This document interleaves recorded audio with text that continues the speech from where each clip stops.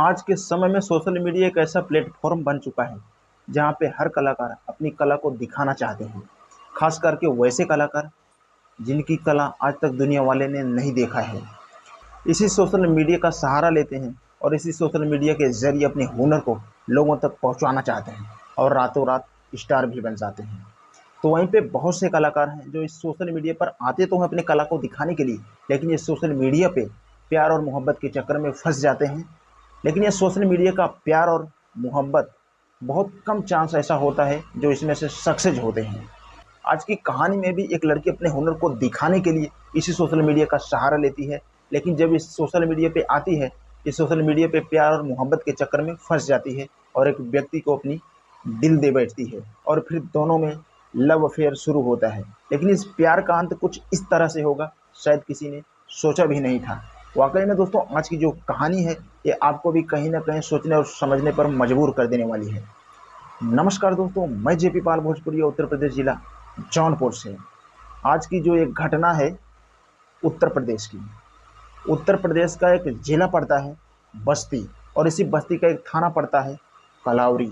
कलावरी थाने के अंतर्गत एक गांव आता है बघौड़ा और इसी बघौड़ा गांव के रहने वाली सुनीता, जिसकी उम्र है लगभग 22 साल। पिता का नाम विनोद। सुनीता भी अपने हुनर को दिखाने के लिए इंस्टाग्राम का इस्तेमाल करती है, शॉर्ट वीडियोस बनाती है और इंस्टाग्राम पे अपलोड करती है, लोगों तक पहुंचाती है। लेकिन सुनीता के वीडियोस पे कुछ खास व्यूज नहीं आते हैं, ना ही अधिक लाइक मिलते हैं।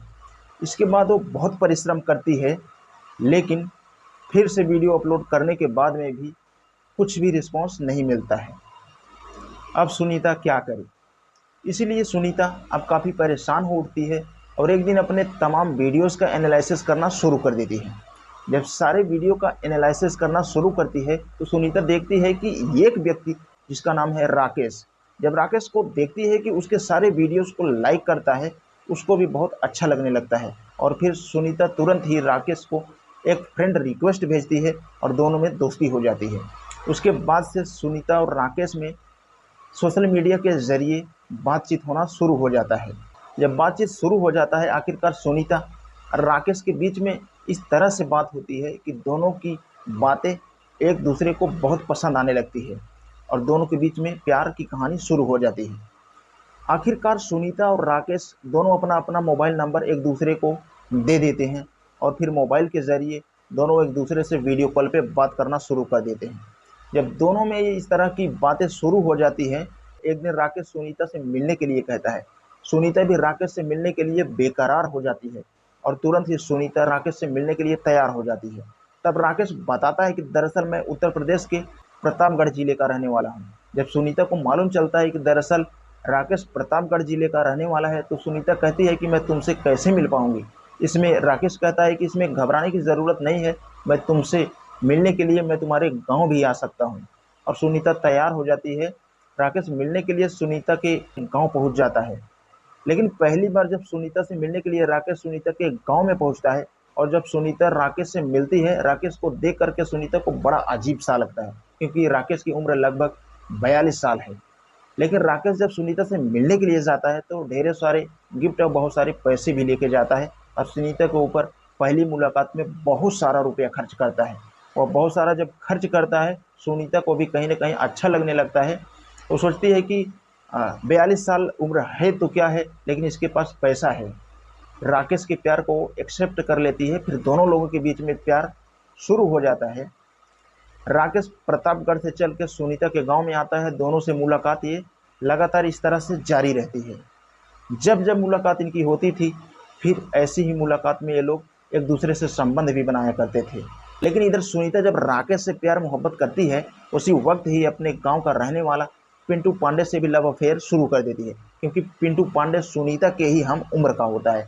लेकिन जब पिंटू पांडे से लव अफेयर शुरू करती है, इस बात की खबर राकेश को नहीं मालूम था।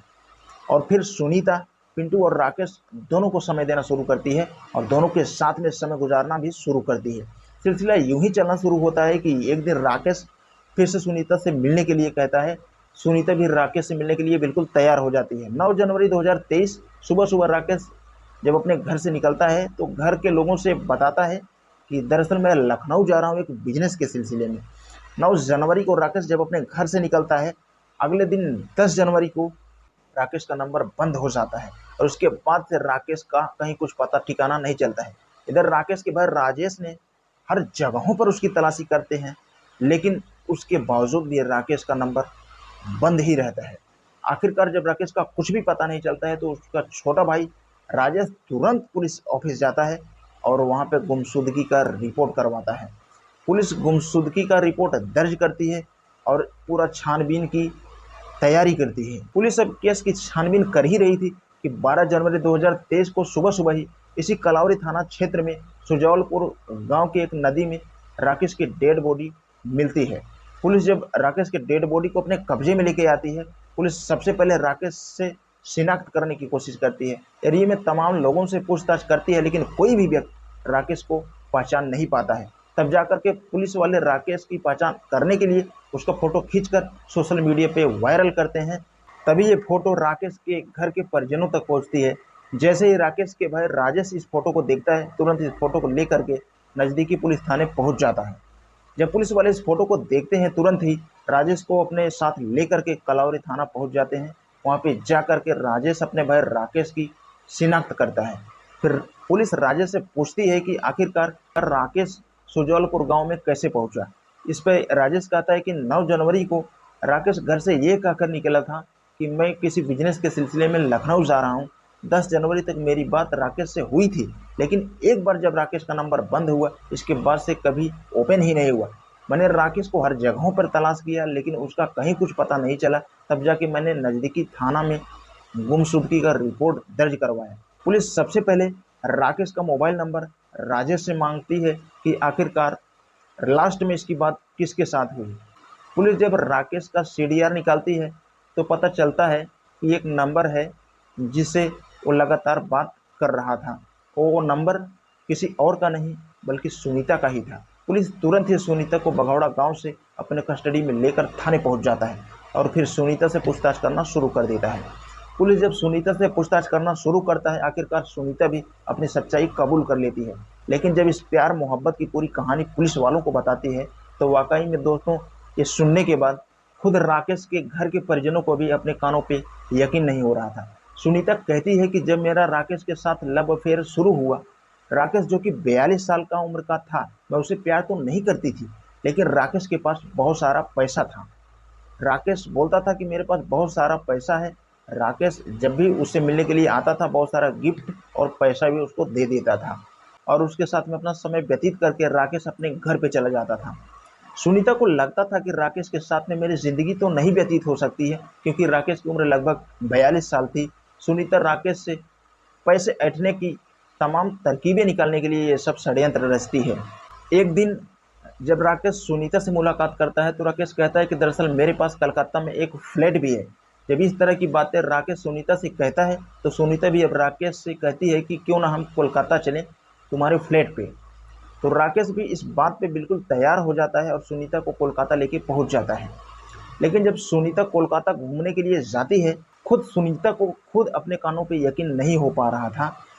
वहाँ पे जाने के बाद उसको मालूम चलता है कि राकेश एक शादीशुदा इंसान है और उसके 2 बच्चे भी हैं और दरअसल राकेश का कोलकाता में कोई फ्लैट नहीं है। सुनीता को बहुत बेकार लगता है। दरअसल राकेश ने सुनीता के साथ में चीट किया है, लेकिन सच्चाई तो ये थी कि सुनीता खुद ही राकेश के साथ में चीट कर रही थी। इसलिए जब सुनीता कोलकाता से वापस घर आती है तो इसकी पूरी सच्चाई अपने पिता और अपने आशिक से भी कहती है। जब अपनी सारी सच्चाई विनोद और पिंटू से कहती है, इस पर पिंटू और विनोद कहते हैं कि राकेश से और पैसा ऐंठो। इसलिए सुनीता राकेश के पास फ़ोन करती है और कहती है कि मुझे 2,80,000 रुपये की ज़रूरत है। जब इस तरह की बातें सुनीता राकेश से कहती है तो राकेश भी तैयार हो जाता है और कहता है कि ठीक है, तुम अपना अकाउंट नंबर मुझे व्हाट्सएप पे दो, मैं तुम्हें पैसा अभी भेज रहा हूँ। सुनीता अपना अकाउंट नंबर तुरंत भेज देती है, लेकिन जब राकेश सुनीता के अकाउंट पे पैसा ट्रांसफ़र करता है, ट्रांजैक्शन फेल हो जाता है। जब सुनीता पूछताछ करती है कि आखिरकार पैसे क्यों नहीं आए, इस पर राकेश कहता है तो पैसा मैंने भेजा, लेकिन सर्वर इशू होने के कारण शायद ट्रांजैक्शन फेल हो जा रहा है। क्यों ना मैं तुझे मिलने के लिए आता हूँ और कैश लेके आता हूँ, तुझे पैसा मैं कैश दे देता हूँ। सुनीता भी बिल्कुल तैयार हो जाती है, लेकिन जब सुनीता से मिलने के लिए राकेश घर से निकलता है तो पहले सुनीता एक षड्यंत्र रच लेती है कि राकेश के साथ में अब और ज़्यादा मैं वक्त नहीं बिता सकती। राकेश जब पैसा लेकर आएगा तो उसे हमेशा के लिए इस दुनिया से हटा दिया जाएगा। जब इस तरह का षड्यंत्र सुनीता बनाती है तो इसमें उसका पिता विनोद और आशिक सहयोग करने के लिए बिल्कुल तैयार थे। 9 जनवरी 2023 को राकेश जब अपने घर से निकल रहा है सुनीता से मिलने के लिए, तो अपनी पत्नी और अपने घर के परिजनों से ये कह के निकलता है कि दरअसल मैं लखनऊ जा रहा हूँ। लेकिन जब राकेश घर से निकलता है, बस्ती जिला पहुंच जाता है सुनीता से मिलने के लिए। 10 जनवरी को जब बस्ती पहुंचता है तो बस्ती के ही कसौरा में एक लॉज बुक करता है और 10 जनवरी की रात में वहीं पे ठहर जाता है। और 11 जनवरी को शाम को 7 से 8 बजे के करीब सुनीता अपने प्लान के तहत ही राकेश को अपने ही गांव के बगीचे में बुलाती है। शाम के 7 से 8 बजे के आसपास सुनीता से मिलने के लिए जब वो जाता है तो अपने प्लान के तहत सुनीता आशिक पिंटू और अपने पिता विनोद को भी साथ में लेकर के जाती है। लेकिन राकेश जब वहाँ पे पहुँचता है सुनीता से मिलने के लिए, सुनीता सबसे पहले राकेश से पैसा ही मांगती है। इस बार राकेश कहता है कि पैसा मैं रास्ते में नहीं निकाल पाया, मैं एटीएम साथ में लेके आया हूँ, मैं सुबह चल करके पैसे निकाल दूंगा और तुम्हें दे भी दूंगा, तब तक 2 दिन का वक्त भी तुम्हारे साथ बिता लूंगा। इस पे सुनीता अब राकेश से तुरंत लड़ाई झगड़ा करना शुरू कर देती है। कहती है कि नहीं, तुम अपने एटीएम का पासवर्ड बताओ, मेरे को अभी पैसा चाहिए। तो राकेश तुरंत अपने एटीएम का पासवर्ड बता देता है। तब सुनीता को लगता है कि अब राकेश की कोई ज़रूरत नहीं है, तुरंत ही अपने प्लान को अंजाम देना शुरू करते हैं। तुरंत ही सुनीता के पिता और पिंटू पहुंचते हैं।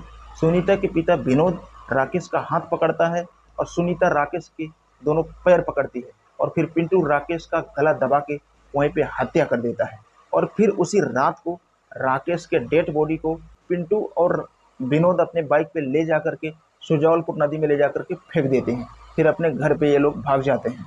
वाकई में दोस्तों, जब पूरी ये कहानी पुलिस वालों को बताती है तो सुनीता के तहरीर पे पुलिस वाले तुरंत ही सुनीता के पिता विनोद और उसके आशिक पिंटू को भी अपने कस्टडी में लेती है।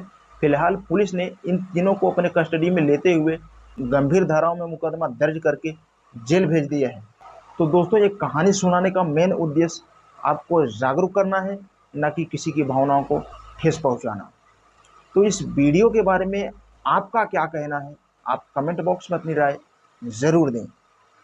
दोस्तों, बस जाते जाते इतना कहना चाहूँगा, अगर आप हमारे चैनल का वीडियो पहली बार देख रहे हैं तो हमारे चैनल को सब्सक्राइब करके बेल का आइकन ऑल पे ज़रूर प्रेस करें, ताकि कोई भी वीडियो लेके आऊँ तो आप तक आसानी से पहुँच सके। तो आज के लिए बस इतना ही।